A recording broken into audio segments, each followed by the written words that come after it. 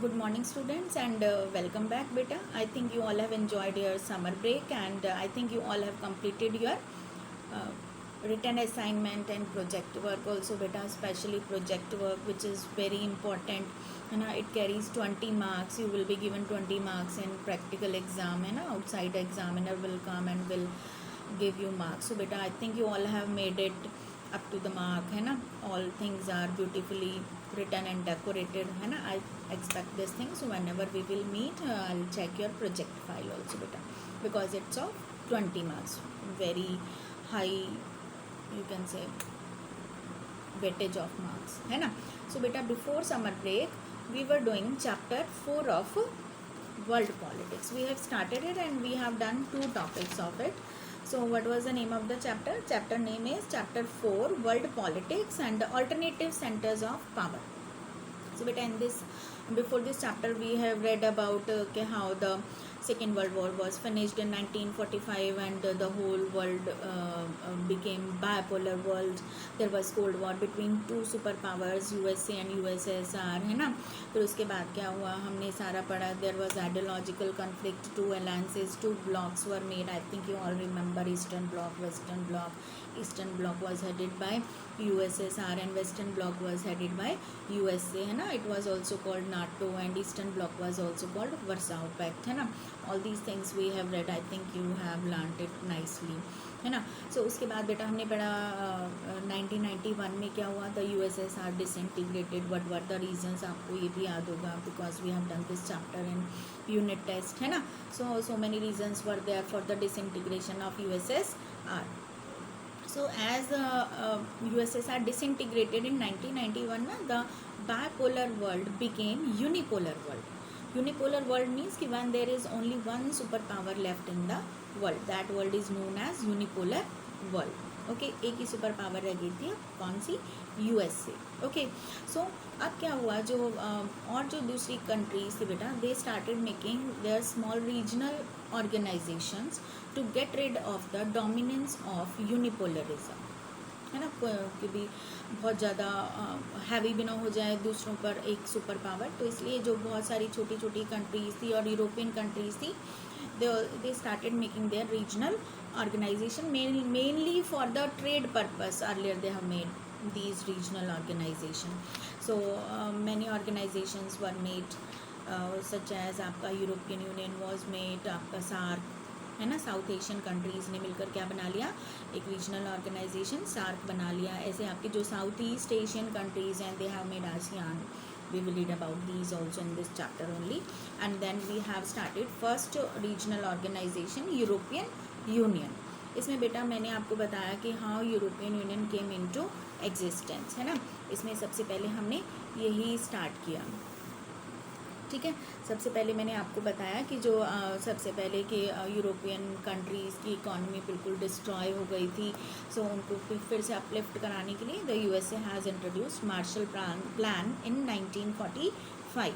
उसके बाद OEEC came into existence in 1948, small group of European countries for economic purposes.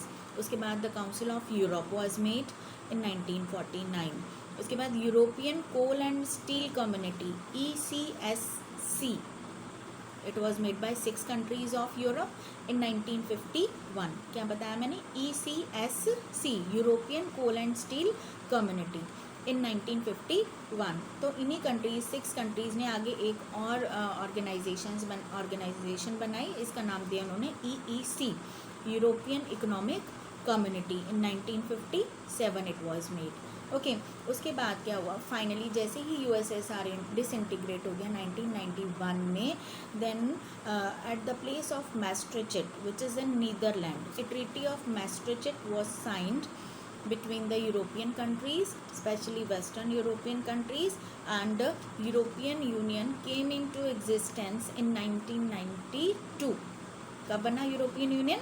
1992 by signing Maastricht Treaty. मैस्ट्रिचेट कहाँ पर है? Netherlands में, ठीक है बेटा.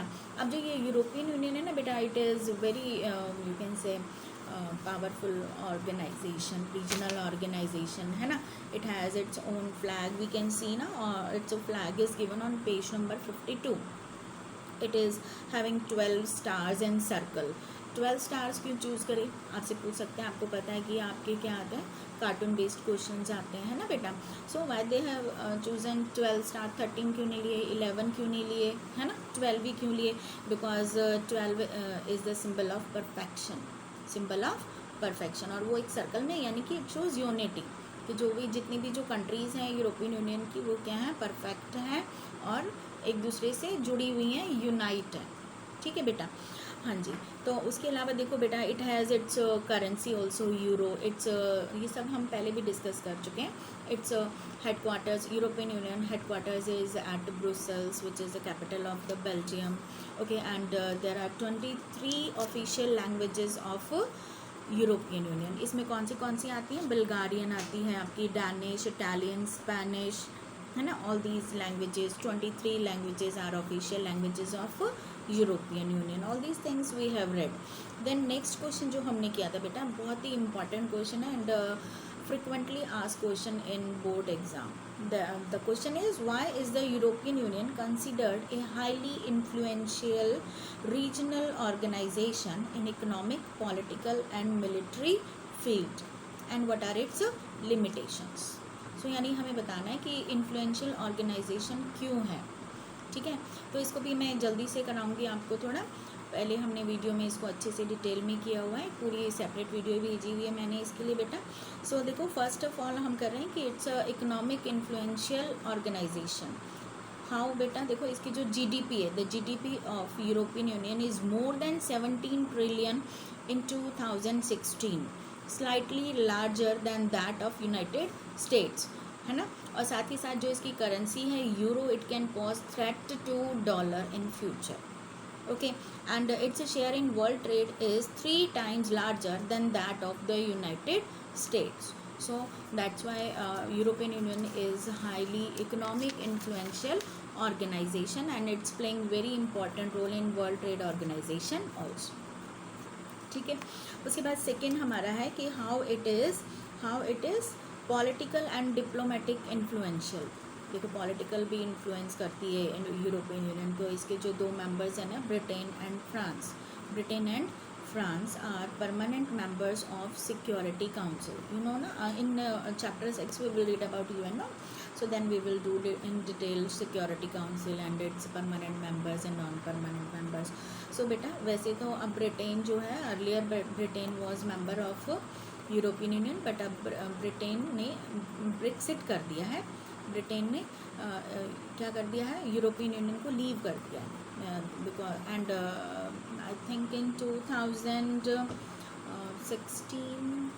और 17 में they decided to leave the European Union. और बट उनकी जो पार्लियामेंट में मोशन पास नहीं हुआ था, बट अभी recently I think 2-3 months before this motion is passed in Britain parliament and now the Britain is not the member of the European Union. Okay, तो उससे फ़ायदा क्या होता था, एक छोटी सी बात आपको बताती हूँ।